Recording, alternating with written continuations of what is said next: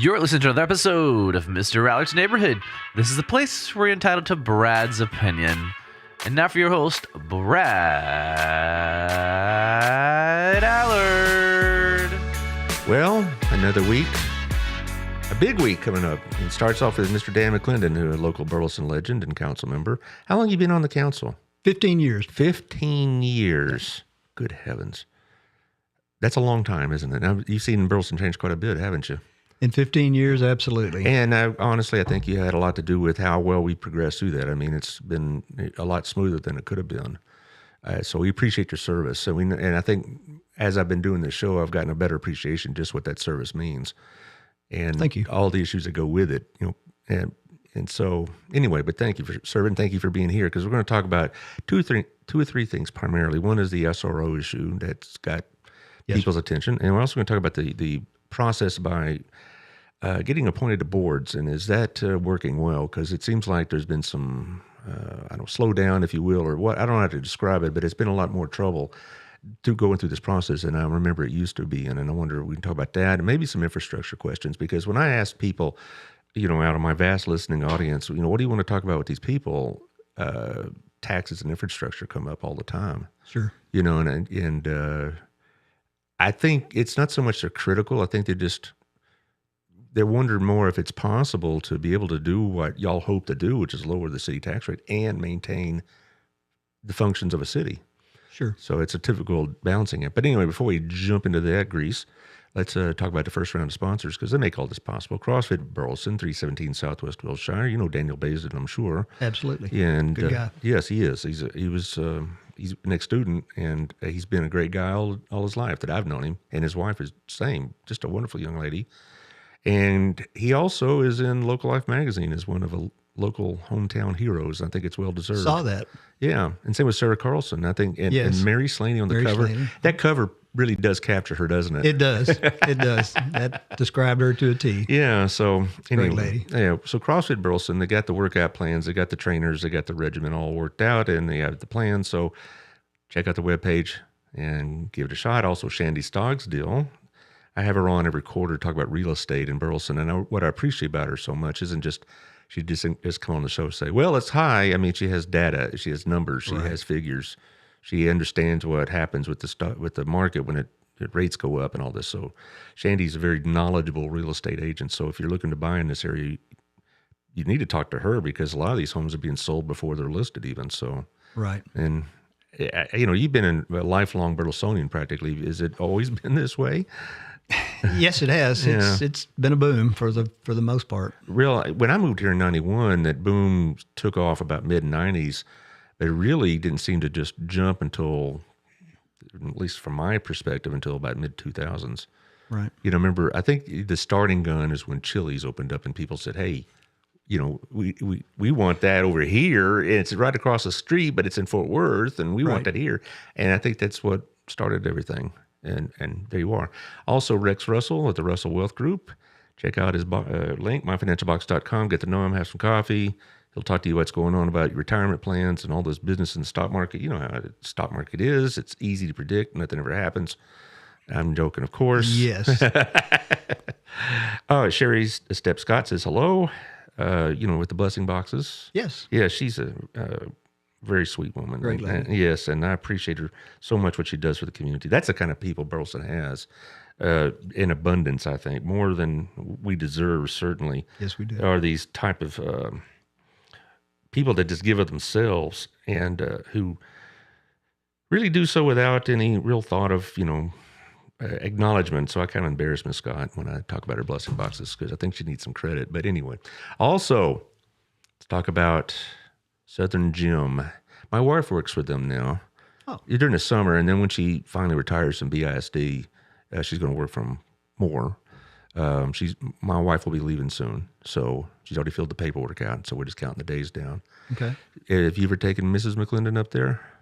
No, I have not. Well, you should, dadgummit. Well, because it's not just really nice inventory. I mean, they got all that, but they also do cleanings, they also do repairs, designs, appraisals, the whole thing. So if you got some of her jewelry that needs cleaning, or maybe a small repair job, they can handle all of that for you.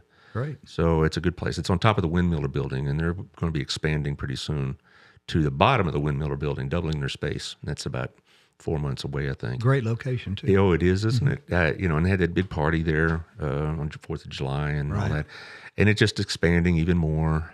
We'll talk about this when we get to the heart of the show, but if we have more of these things coming, like the Windmiller complex there. Right. Also, Hotworks over in 731, the infrared workout. I had Michelle on, the owner, Michelle Humphrey, on Friday, a great show. We didn't really talk much about infrared workouts. We talked about the Constitution and these court decisions and how they affect us. I mean, it was a very great discussion. But we also talked about the SRO issue because she worked for a Metroplex area school district as a buyer. And she told me some enlightening things about the process of buying through a school system. And maybe you could compare that with buying through a city system. Right. But it was a great show, so I encourage y'all to check it out. It's on the platforms and YouTube and Apple and Spotify, so check that out. She's very impressive, and I know she wants to be involved in the city, and that's kind of another reason why I wanted to bring up the volunteer issues. Also, Mandy Harden over in 1187 Creative Concepts by Mandy. She does promotional items like the hat I'm wearing, like the cup that I am now giving to our city council member has our logo on it. Well, thank you. Yeah. Do you drink coffee? I absolutely do. Well, good. Gallons of it. Yeah. Yes, that's great. Yeah. Thank you. Well, I got a box of those now. So, and she's in our networking group, as is Michelle, as is Gayla Moore's the owner of Southern Gym, and that's how I met them and whatnot. We have a network BTX, so they call it BNI, and it's been a great group. All right, what you want to talk about first? Let's hit the SRO. Yeah, that's a big on deal. As far as my opinion on that, I gave that opinion pretty candidly on a podcast Thursday morning, and it's out there and available. And so I'm not really going to jump into, well, I think here's what you should do. Because, people, if they heard that show, know what I think you should do and all this. But one thing I will address is that I think it caught a lot of people by surprise. It looked like, just from my observation, it caught Chief Cordell by surprise. Was that supposed to be an item issue talking about the SRO, or did that just kind of come out of left field? It was an item issue that the chief had requested 3 additional SROs as part of his budget. Mm-hmm. And so, yes, it was. I don't know that anyone expected that this was going to become the focal point of the next 45 minutes or an hour of heated debate. Yes. But it did. Mm-hmm. And so, I don't know that we've by any means resolved everything. Nothing gets resolved in one meeting, does it? No, it won't, and it'll be revisited and revisited. And I think at minimum, each council member is willing to take a look at whatever proposal could come out of this. We all probably have our preconceived notions as to how things should be, but if we're doing our job, we're going to be open to suggestions and very open to discussions. Well, I did mention on the show that, looking at every program a city has is the purview of the city council. I think what a lot of people were upset about is it seemed like, that this direction of the discussion was basically taken in a direction that they didn't care for. And they said, wait a minute, we want our SROs. And a lot of people wanted to have the ability to weigh in on this, right. On that 3-minute process or get on the agenda or whatever else. And they felt like, wait a minute, we're going to be contemplating this kind of major decision without city input. And, maybe people can refute that, but I'm just saying what I saw on the tape. And apparently it caught a couple of council members by surprise as well. And so, but as far as the value of the SRO, I made that pretty clear how important that was for the school. And how important it was that the school have that kind of professional and high level protection, which Burleson Police does. I think Burleson Police is one of the best departments in North Texas. Agree. And I think Cordell is a great chief. And I've known several police officers, and they're rock solid people. And they're the kind of people I would want my child to be around, not just in a crisis situation, but just on a daily interaction basis. Well, and reading a lot of the comments that we received, emailed to the city council from various people, we heard a lot of stories about the influence and the effect that the SROs had on the lives of some former students. In the day and time that we're in, I think there are many discussions and many means and channels by which SROs influence our children, but in this modern day and time, there are very few examples of good, solid, upstanding, unwavering commitment to law and order and to solidity within the community. And nothing exemplifies that more than a Burleson sworn police officer. I think authority figures are getting shifty. It's hard to tell who's really, Right. who really is willing to stand up and say, this is how things are going to be. This is how things should be. I was raised by parents that were fairly authoritarian, and it was a good basis. You can grow into and become whatever you become, but you need authority figures, and I think an SRO in the school is good for that. And I think particularly the officers that have been assigned to the schools and will be assigned to the schools are very much outgoing and engaging people who are willing to work with the kids and get to know them, get to interact with them on a personal level. And I think that's all part of the process of SRO. Well, our friend Sarah has a question I don't want to forget, but before that, I want to refer to a show I had about 2 weeks ago with Chief Cordell. And this is before all this came up. And we're talking about school security issues because after Uvalde. Right. And he said the first thing he asks anybody that's going to be an SRO is, would you take a bullet for those kids? And if he can't get an answer, what he wants to hear, then he passes on them. Right. I don't think, having a presence of a police officer isn't a guarantee, but it's sure in this case a good step for school security. I mean, you have a couple people in a big building with multiple entrances. It's hard sometimes without making it a jail. But the point is that these guys that have been on the campus, like Brad Schaefer over in Centennial, and my friends Jerry and Jack, who did it for so long, and Mike Alley, they didn't get there because they just want to hang around kids. They got there because they had a mission. And Cordell made sure they understood that mission, and they were on board. And my point is, I don't think rented security is going to have that kind of commitment to it. No, I don't see that at all. Yeah, and as far as like having the school system pay for this, I would invite anybody who thinks that's a better alternative to go back to my show with Michelle Humphrey on Friday, who used to work for a school system in this area as a buyer, and the rules of purchase are probably, it would make that almost impossible, and it would be at a tremendous expense. Right. What would be the value for the city of transferring that entire responsibility to the school system? As I pointed out in the meeting, I mean, if the security force is there and an event takes place, they're not going to handle the event. Burleson PD is going to be there immediately. And having to go from a different agency to get the call in to PD, to get PD to respond, is just a step that's unnecessary. These security forces are BISD police department are not going to be sharing frequencies with Burleson PD. They're not going to be as closely attuned, so there's going to be a time delay. And if you think about it, if this event, God help us how horrific it is to think, but if this event were to take place, the first bullet that's fired is the start of something that's going to happen instantly and very quickly.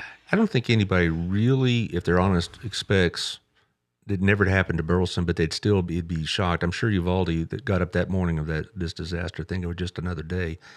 But we watched what happened and how poorly it was handled, and I'm waiting for somebody to tell me what to do. No, it's not my decision, and all this other business. Whereas I have no doubt that the Burleson PD would be right there. Oh, I think they would. I think they'd respond immediately. I think they've been trained and they run simulators to respond immediately. I told Cordell about an anecdote when I was still teaching at BISD. I was at the high school working on a Saturday morning, and here comes one cop car, here comes another, here comes the SWAT team. Like, oh, what's going on? And it turned out they were training, and they asked me to leave.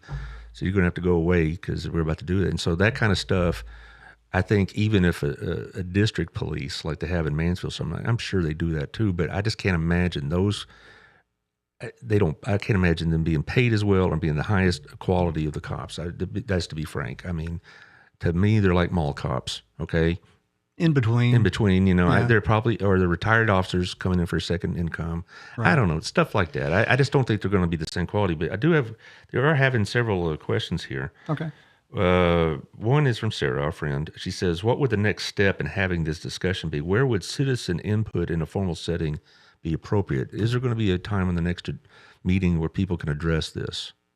I think there will be, but I mean, immediately in the wake of the discussion that happened the other night, I think it's going to be something that's going to be brought up as an agenda item. I'm not sure when that will take place. Well, I know they all have that 3-minute period where they can make their points without really any kind of editorial over supervision, so to speak.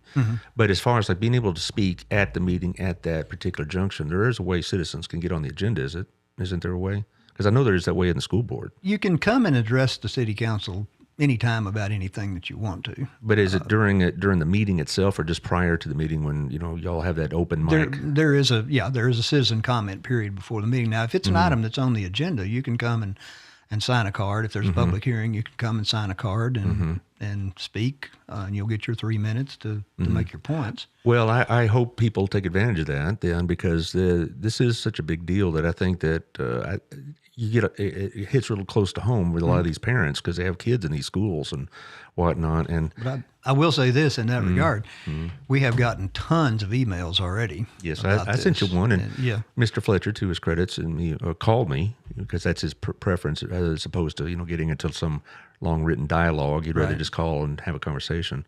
And I'll have him on tomorrow, and I'm going to be talking about this as well. Sure. I'm sure it's been dominating at least the last week or so of Right. council business.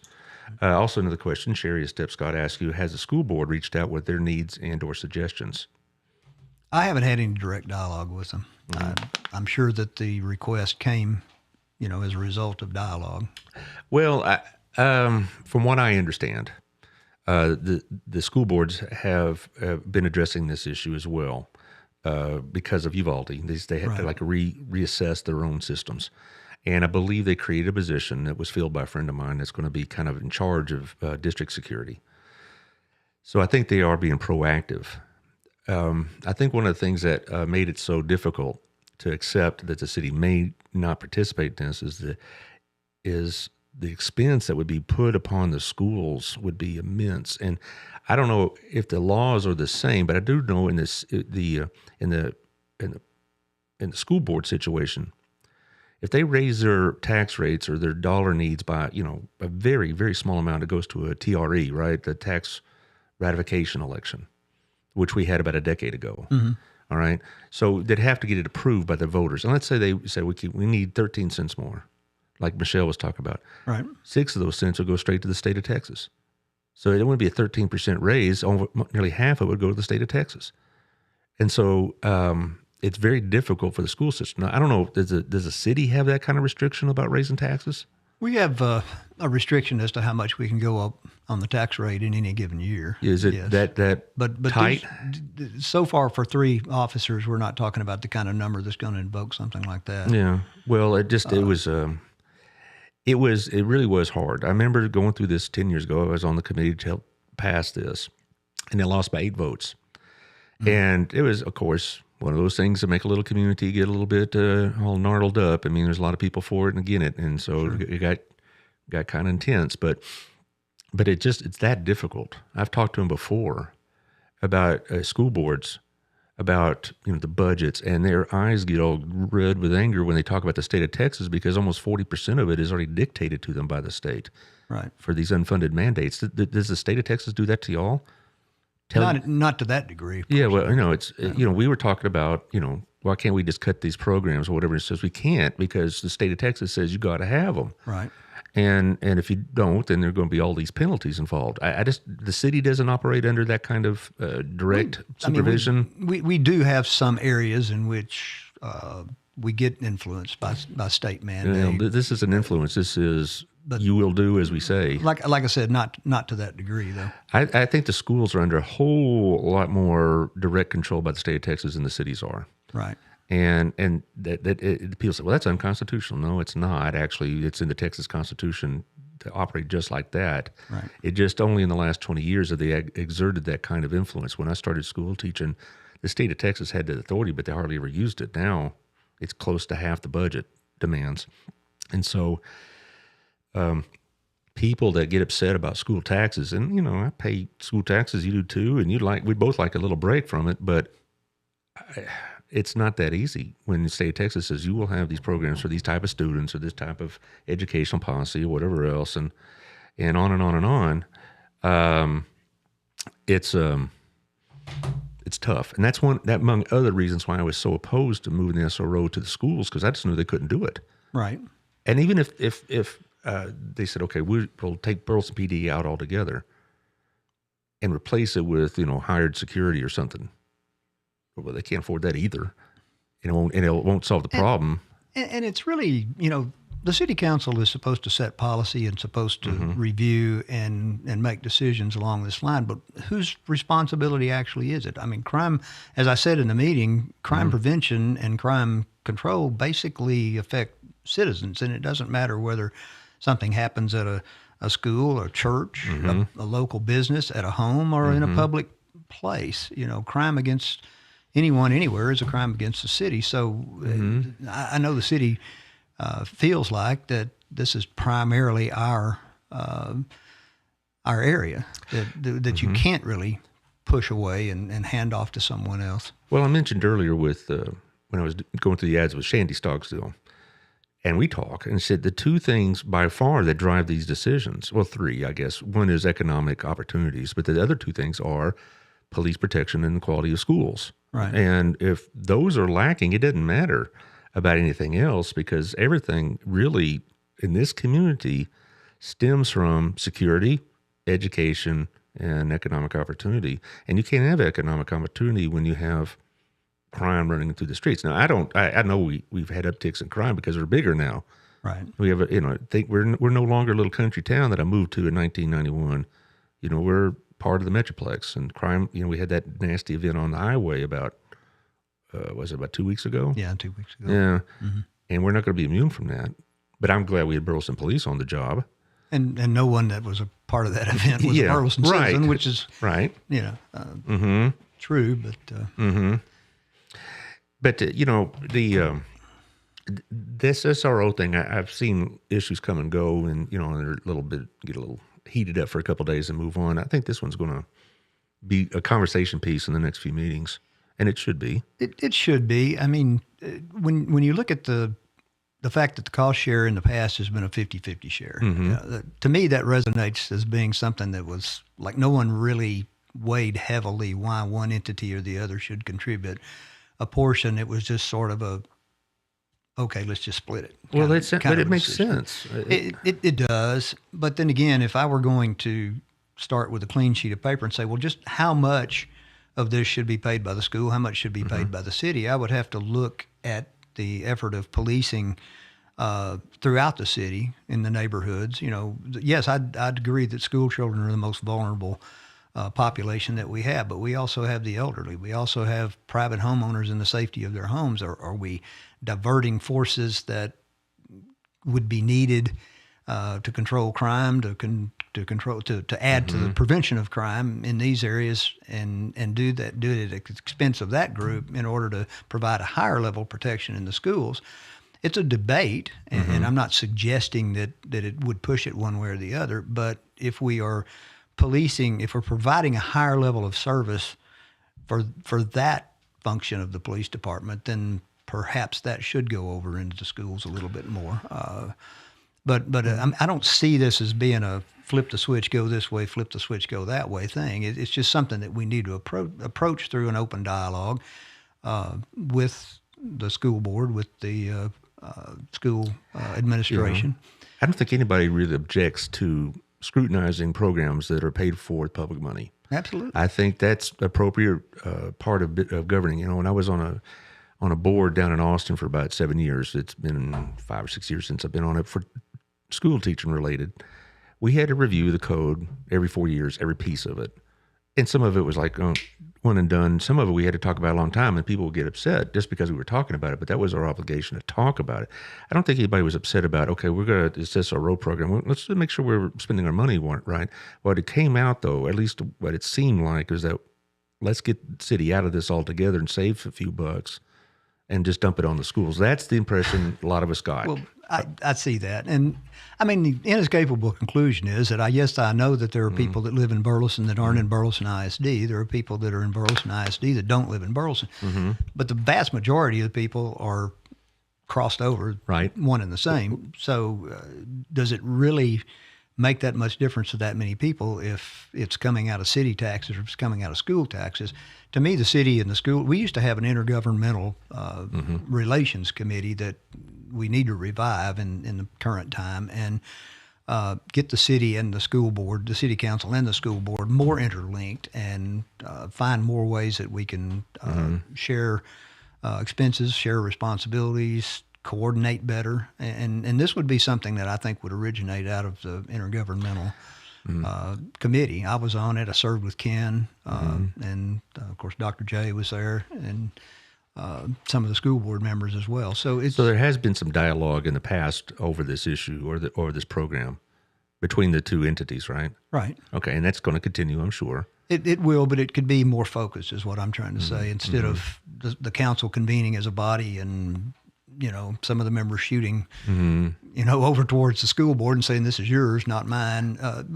That's not the way to work things out. We should join together to try to solve that. Well, I can appreciate the difficulty you have in answering this question without having to, talk about things that you'd rather not talk about, or behind the scenes conversations that I'm sure you have to keep confidential. But just from my perspective, the schools already are overburdened with all the other things. There having to be health clinics, have to be counselors, they have to be pastors, they have to be other than just educators. Now we're going to have to be law enforcement. I totally oppose arming the teachers, but now we have people that think we should give them guns.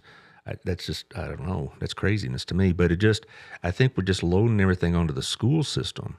And as far as the ability of the city to manage crime, it's got to be much, much better than any school district. I don't care if Mansfield or Dallas, whoever has their own school police.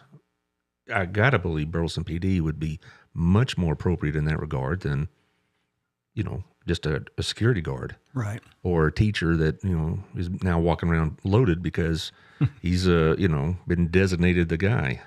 As if, we just, that's going to make us turn into Rambo right on the spot. No, that's not going to work. Well, anyway, I'm just saying that's my opinion. I think, and just I don't have a disagreement about investigating this. Let's look at it. Could the school be picking up a little bit more of this, or could the city be picking more of this? Great. That's all. That's legitimate conversation. Those are conversations that can happen. Yeah. That perhaps should happen. And they, it's fine. And I don't think most people get too worked up about it. But what we saw was an attempt to just disassociate Burleson PD from school security, and that for a lot of people is a non-starter. And that is for me. Yeah, and so, I just we talk about getting more SROs. Michelle had a good response to that. It'd be, I guess, in a perfect world, we have plenty of money. We could have, armed police or, quality policemen police in every room all day long. Yeah. Right. It's not going to happen. That's not going to happen. No. And she suggested, that we have maybe 3 at the elementary level that rotate through the schools, because that way the kids get the benefit of seeing what we want, as a role model for young children. And it gives the impression that, there's some security there. But we don't have the money for that as a city or as a school district. And I don't think anybody really expects that. But they do expect them at the secondary schools. Right. Because that seems like that's where all the action is. But of course, Uvalde was an elementary. Uvalde was an elementary school. Sandy Hook was an elementary. Yes. Columbine was a high school. Yeah. Columbine and Sandy Hook didn't really shake us up like Uvalde did, though, because Uvalde is Texas. Right, exactly. And that really brought it to home. It surely did. Well, I'm going to run through the second round of ads, and then we're going to talk about some other stuff that, I'm sure every now and then other things intrude upon the city council agenda. We're going to talk about the process of appointing people. And I'm going to ask you some infrastructure questions as well, because I know that probably comes up every meeting, doesn't it? With me, it usually does. Okay. All right. Well, thank you to Otto at our place. I bet you know Otto well. I've been there more than once. He's quite the character.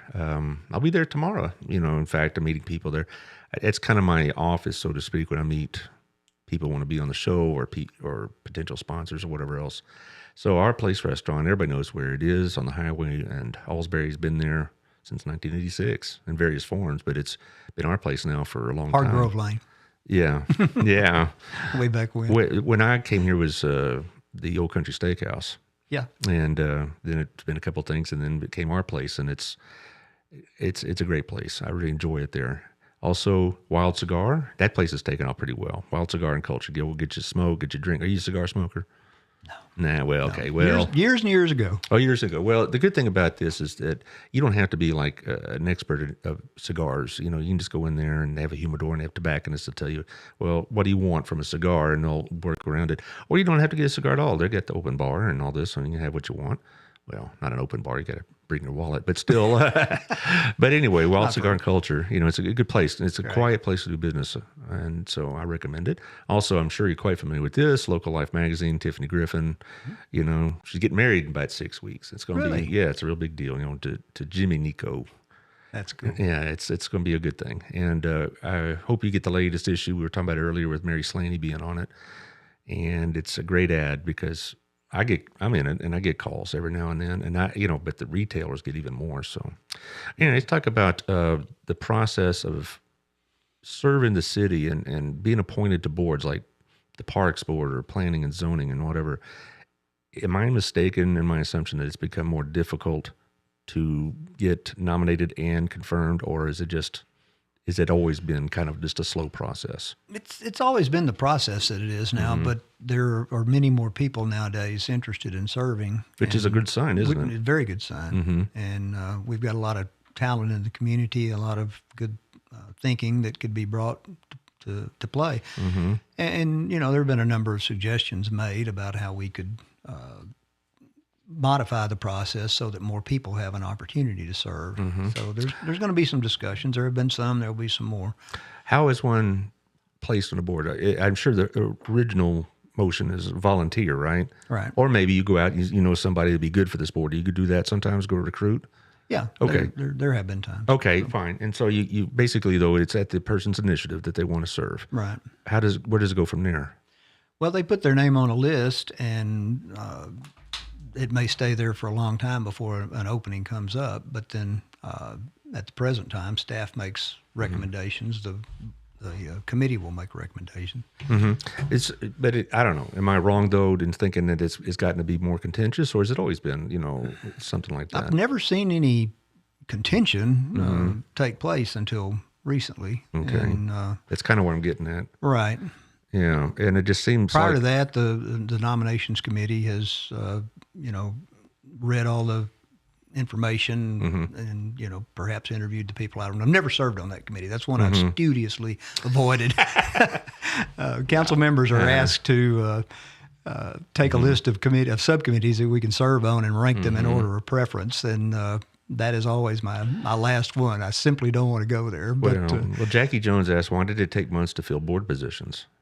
It seemed like it has. This is where I'm getting at. It seems like it's been a little more, the time frame is stretched out a lot because of maybe objections to some of the people that have been nominated. I don't want to go very deeply into that, but let's just say that the council was not unified in signing off on the list of appointments that the appointments committee had suggested. But they don't need to be. It doesn't need to be unanimous, right?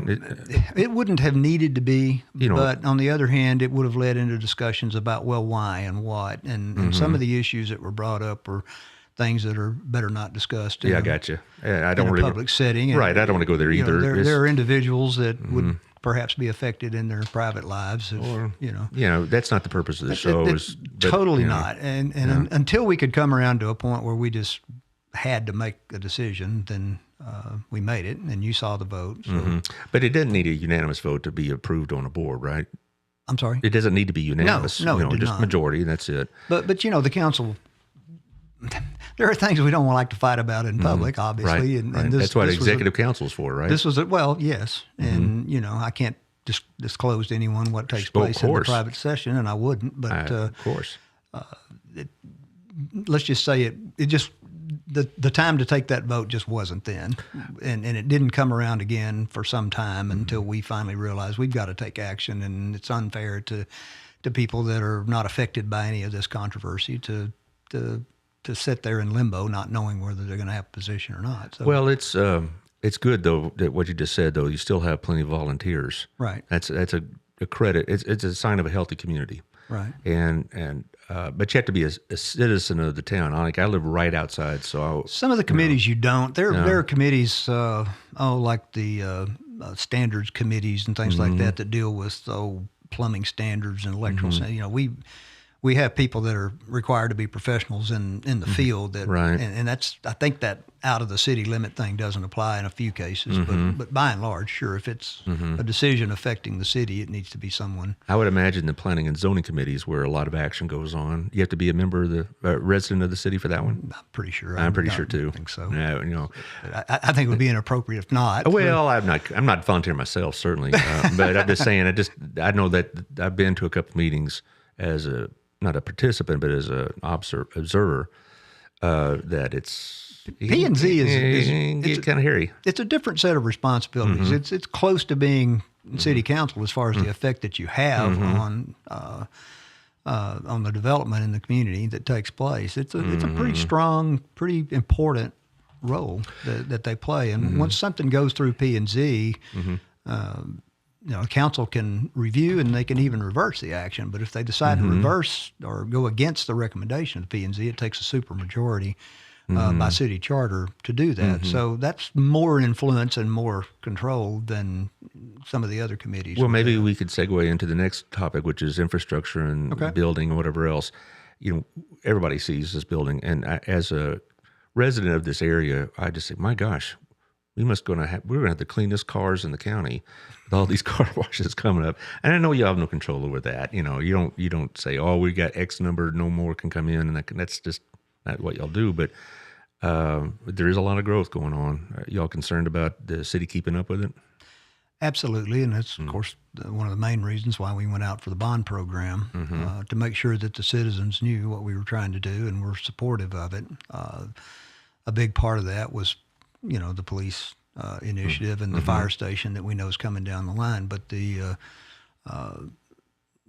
maintenance of existing roads and expansion of intersection improvements and things like that are something that we deal with all the time. We get a lot of people saying that you shouldn't allow the development until you've got the infrastructure in place. I've heard that argument. And it's a great argument. And on the surface, they shouldn't do that until there's a 4-lane road. But the problem of it is, there's no money to build that road until that development takes place. And so many times developments have been planned that never came to fruition. So you build a big road out to accommodate a development that then falls on a decline. The plans change, things go differently. Yeah. So when I want to, get into the mayor's skin, and I ask him about, hey, how about those apartments going up on Main by the railroad tracks? And he you have the same look. I do, and I'll go and I see him tomorrow. I'm going to ask him again. I learned a valuable lesson from dealing with the depot on Main, and that is when you allow a planned development to take place under a certain kind of zoning, you need to get the details hammered down tight. When that project was presented to the city council, it looked a lot differently than it's going to look in its final iteration. And we just didn't write the PD stiffly enough. One of the key elements in my mind was always that this was supposed to be a mixed-use development. Yeah. And as such, I had a vision in mind that it would be, neighborhood service outlets, retail facilities, perhaps some restaurants, coffee shops, various kinds of things on the lower floor, and then residential above. Kind of on the 7th Street model, which you see a lot of, which is a pretty typical suburban development, and it looks good if it's rendered well. So we had it just stated as it was going to be a mixed-use development. So by the time it actually got, and it also grew. We had approved it at 3 stories based on drawings that had been submitted by the developer, but by the time it got around to actually being rendered, the final had gone up 2 more stories. Now we're up at 5 stories. Is there going to be a parking issue? No, but then that gets into another tender issue. Okay. A lot of the parking that's in this thing is public parking, but we fought tooth and claw. I did. Well, we did. I don't take individual credit for anything, but the council fought tooth and claw to make sure that public parking stayed public. The developer had submitted it as public parking, but then had wanted to hold the rights to the parking. So basically, he could tow your car or whatever, and you're parking in a place on the public right of way. And I just blew a fuse when I saw that. I said, absolutely not. We're not going to sign off on that. You know, at the north end of Main Street, which will now be the north terminus of Main Street when this thing is built, is a dog park. So the dog park is apparently for local, you know, just the residents of the place, but they touted it to the city council as being a public amenity. Well, we're just to be clear, we're not talking about the dog park by the old fire station. No, I'm talking about the one that's associated. Right. Well, yeah, the public park at the end. I think it had a dog component, but anyway, they had a space at the north end of their development that was difficult to put in, so they put it in as a park facility.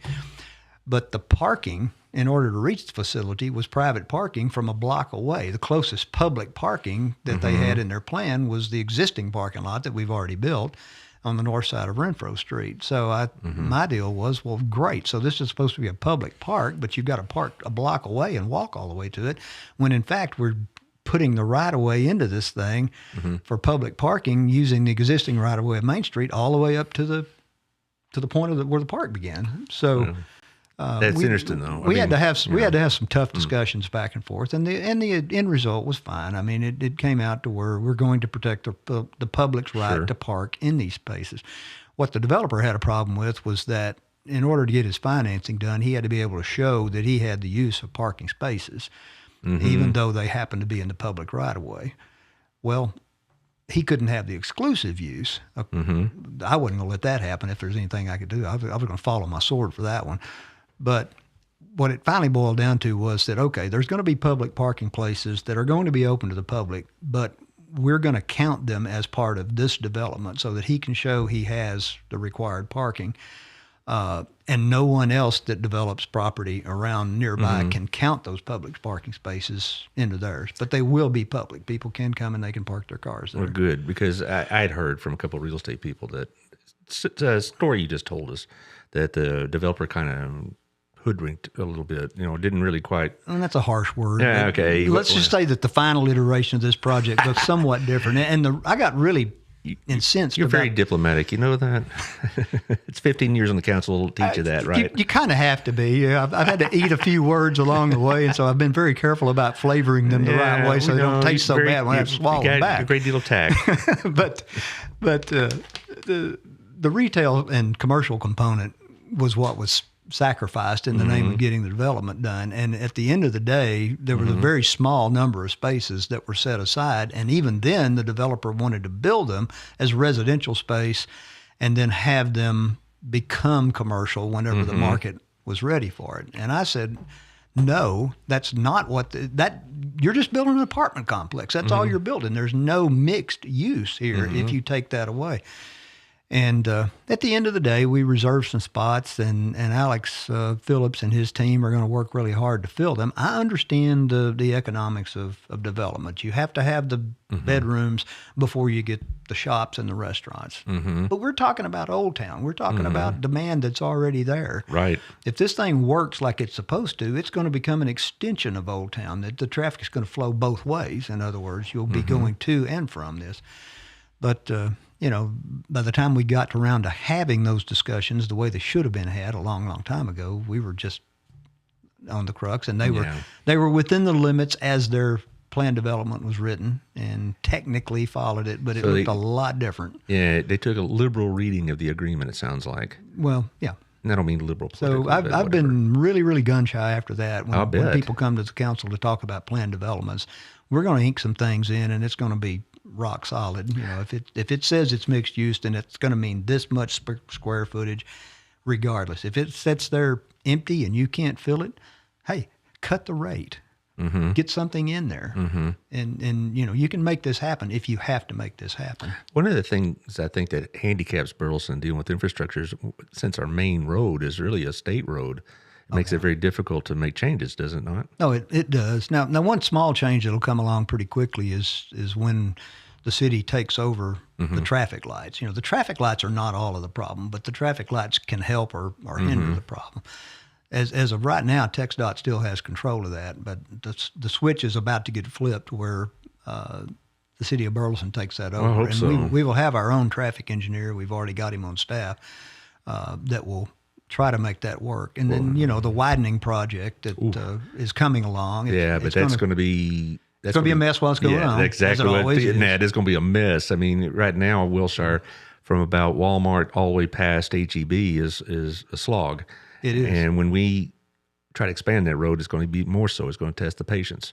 Yes, it will. And see, there'll be people, I'm sure, they'll complain to the city council. I mean, I bet you get emails saying, I thought you were going to do something about how hot it is. I wish I could. Yeah, that kind of stuff. I mean, I'm sure people... we kind of come to the end of this, kind of talk about what it's like being on the council. You probably get either given credit or blame for things that really didn't your fault or whatnot. You probably are, people think you have the ability to make changes that really are beyond the city council's ability to do so. I mean, people that really aren't engaged with local government think that we are building roundabouts. They think, roundabouts, we are building some of them, but we're not anymore. And there's no roundabouts on the books right now. Don't have a big, but they think we're building car washes. They think we're building apartments. We don't build anything. We build streets, but we don't build buildings. That the market dictates that, and some existing zoning is in place that allows these things to happen because the market wants them. Because would you rather have these problems and the problems of a declining city? But what we try to do is have our economic development team, and they just scored a big win. I know everybody knows that we got alley cats to come. Oh yeah, right. That's something that's been tops on the list for citizen surveys and various things, that we need a family entertainment center. Well, guess what? We went out and my goodness made it happen. So kudos to Alex and his staff for doing that, and they deserve every bit of credit that they can get. So in the sense of we do build things, we do try to build the things that people make it known to us that they want. And there's no getting away from, when you run a city, there's no getting away from problems. I'd rather have these kind of problems than the problems of, say, a community that's dying. That'd be a whole another set of problems. Right. And it's just growing pains. It is what it is. I grew up in Plano, when Plano went from a country town to what it is now. Yeah. I left there many years ago, but it's, they had the same issues. Schools trying to keep up, roads constantly being built, and, traffic problems. That's just the nature of the game. It is. And I think y'all do a great job. You and the mayor both. Speaking of the mayor, I mentioned before he'll be on tomorrow, and I wanted to say this publicly. He thinks very highly of you. He said that on private and public conversations we've had that you've been indispensable to the council. Well, that feeling of is very mutual. I think Chris has come on board. He was a fighter. He put himself out there. He's doing a great job, and I support him. And I think together we do accomplish things. And I have every intention of continuing to work together for the good of the city. Chris he's a brave guy. He's put some things out on Facebook that I called him up and said, "Man, you're throwing yourself to the lions here." He said, "Well, it's my job. That's what I got to do." So that's he's a man of honor. He's a man of integrity. Right. I agree, absolutely. And I support him, and I wish him the best in his efforts. And I plan on being a part of the team to keep the city going. Well, he said much the same about yourself, that you really do have a good grasp of what the city needs and a heart for the city. And he freely admitted that when he joined the city council, he leaned on your advice quite a bit. So I guess it's worked out pretty well. I think so. I to be frank, when he was elected a couple of years ago, I was wondering, is this going to work? And it's worked out fine. I think it's worked out the direction it should. Yeah. And so I'm glad for not just the thing his we sake, learned, but our all's sake. The thing we learned in the wake of that election was you can never learn everything there is to learn about elections. Yeah. Well, anything can happen. Yeah. And let's hope the next one isn't that quite as contentious. Right. But anyway, I'm going to run through the sponsors real quickly once again, and then I'm going to let you have the last word. Tell us what you would like us to know about not just the city council, but the direction Burleson's going. All right. Thank you to Daniel Cross at Burleson. Thank you for getting us the ability to put this on for the citizens to use, and get information as opposed to just a lot of hair pulling. But anyway, thank you for that opportunity. Thank you, Shandy, for your contributions as well. Both Shandy and Daniel were my two first sponsors, and they're still with me. So I guess that says something about them, about their loyalty. Also, Rex, I've known him for a long, long time. Rex Russell at the Russell Wealth Group, myfinancialbox.com. Hit the link and get to know him, have some coffee. It'll keep you from jumping off the ledge during the stock market routine. Also, thank you to Gayla over at Southern Gym. Hope you all are doing well. And I'll see you Wednesday, I'm sure, at the meeting. Thank you to Michelle also. I appreciate your input. I really do. If you want to hear citizens' part from what they think about all this, Michelle really did promote it very well. And I think her position as a former buyer for school district really enlightened me, certainly and other people, just how difficult it would be to manage what is being discussed in some ways. And that has to be reconciled. But HotWorks over at 731, the infrared workout system got 11 different programs. So it's a pretty good place to go if you want a different type of workout. Also, Mandy, thank you for the hats and cups. I'll see you Wednesday too, and hope you're doing well. She's getting pretty popular, so because she's been doing this a couple of years now, and she's getting some pretty steady business. So I like to think it's because of advertising here, but I guess not. Creative Concepts by Mandy. Thank you to Otto at our place as always. We'll see you hopefully tomorrow if you can get out of bed in time. Well, his son runs the joint. Ryan runs it. Otto just comes around and acts like Frank Sinatra. So, I'm the celebrity or, celebrity chef or something. All right. And thank you to Chris over at Wild Cigar. I'll probably be dropping by in a week or so because I have a friend coming in and he wanted to sample some of your cigars and have a drink. And so it's a good place to do it over at the Standard. Thank you to Tiffany, of course. Also, one last thing. This is a personal ad. I'm looking for a couple sponsors. So if you know somebody who wants to be part of what we're doing here, have them private message me. We'll talk about it. And we'll talk about all the details if they're interested, because I'm pretty excited about the next couple of weeks. Beside yourself, I have Chris tomorrow. I have Ronnie Johnson on Thursday. And then next week I have Sean Miner, and then Otto, and then Victoria.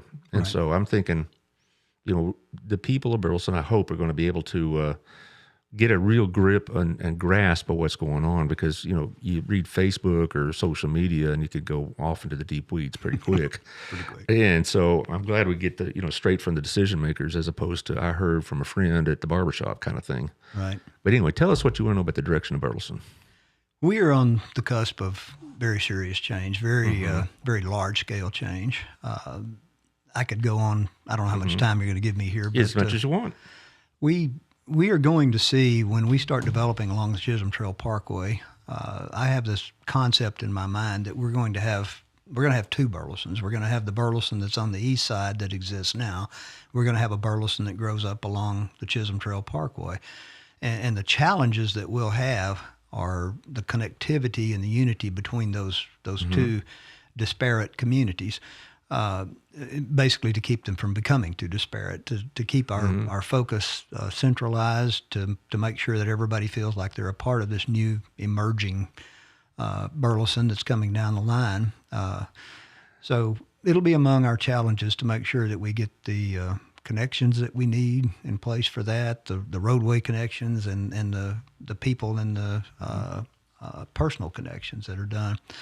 So I see that as a challenge. I think we also need to continue, as I've done since 2007, to focus on getting our industrial base built, that we need to expand the jobs that are offered in Burleson. I consider myself very fortunate in the way that I live in Burleson and I work in Burleson. Everything I do is based right here. And I understand what it's like to be a commuter and to live in one community and work at another.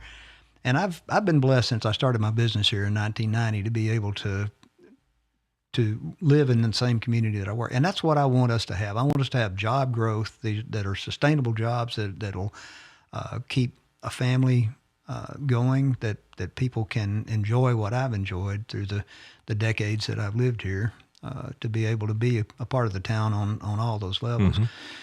So industrial growth is one way to do that, commercial growth and expansion.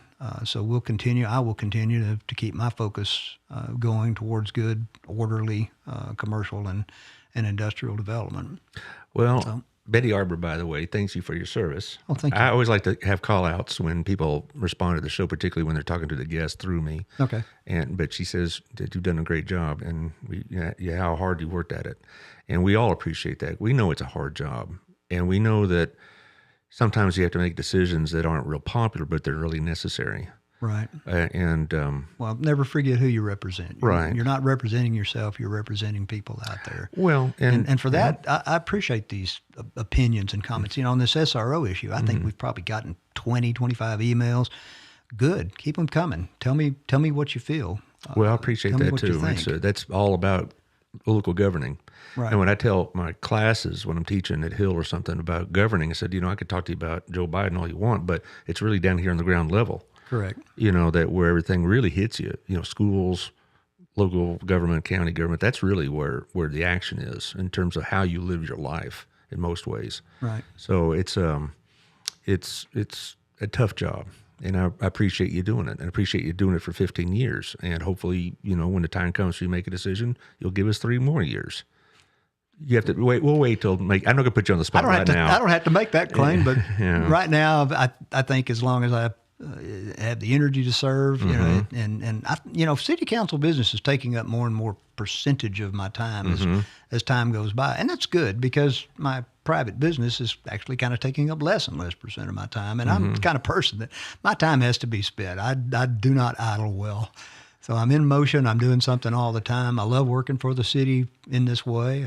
Well, we have about 4 spots open in May, do we not? Or for reelection or reappointment. Yes. Yeah, we have I 4. hope we have some quality candidates. Yeah. As far as I'm concerned, that is a sacrifice on the part of a citizen. It does take an awful lot of time. Yeah, not just the fundraising and the knocking on doors, but some of the crap you have to deal with and all this.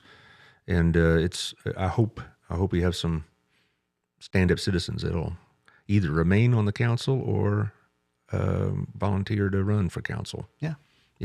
I've been friends with Ronnie Johnson for a long, long time, and so I'm a fan. So then one thing you know about Ronnie is if it's his opinion, you're going to hear it. Yeah, well, he's not shy with his opinions. I've known Ronnie since I worked for the school system. Right. And I've had a great deal of regard. He'll be here on Thursday, and I've come to become friends with Chris. I wasn't acquainted with him before he became mayor. I think I could call him a friend now, and it's good. Right. I don't know Rick that well. I haven't met him, but just hello and goodbye. So Yeah. And of course Victoria I've known forever too. Yeah. So anyway, got to go. You got to go. I'm sure you got things doing. Taylor, how you doing? He's all right. I'm well. Okay, good. All right, thank you, Dan, for not just for being here, for what you do for us. And tomorrow we'll have the mayor on, and we'll be able to ask him these same questions. All right. We'll all be watching. Thank y'all. All right. Thank you.